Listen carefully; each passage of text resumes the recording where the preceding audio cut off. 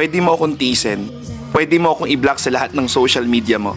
Pwede mo akong baliwalain na parang hindi ako nag-e-exist. Pwede mo akong itanggi sa lahat ng magtatanong sa'yo. Pwede mo din sa akin isisi lahat ng nangyari kung bakit nagkaganito at bakit nagkaganyan.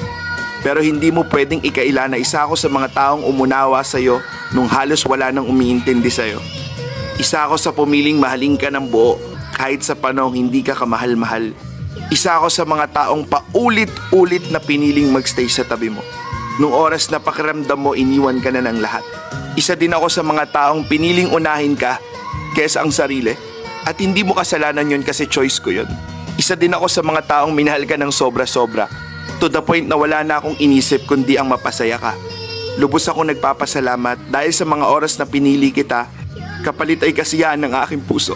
At gusto kong malaman mo na lahat ng ginawa ko sa iyo ay wala akong hinihinging kapalit. Dahil hangad ko yung mga bagay na magpapasaya sa iyo, dalangin ko ang lahat ng ikabubuti mo. Sa ngayon, kailangan kong maging matibay. Dahil sa ngayon, ito lang yung kaya kong ibigay para sa sarili ko. Dahil yung taong pinakamamahal ko, may nagmamahal ng iba. Masakit man para sa akin na sabihin to, pero sana maging masaya kayo sa relasyon nyo. Dahil hangad ko lang ay ang kaligayahan mo. Mag-iingat ka palagi, alagaan mo yung sarili mo. At sana wag mong biglang iwanan yung mga taong hindi ka iniwanan sa panahong walang-wala ka. I love you for the last time.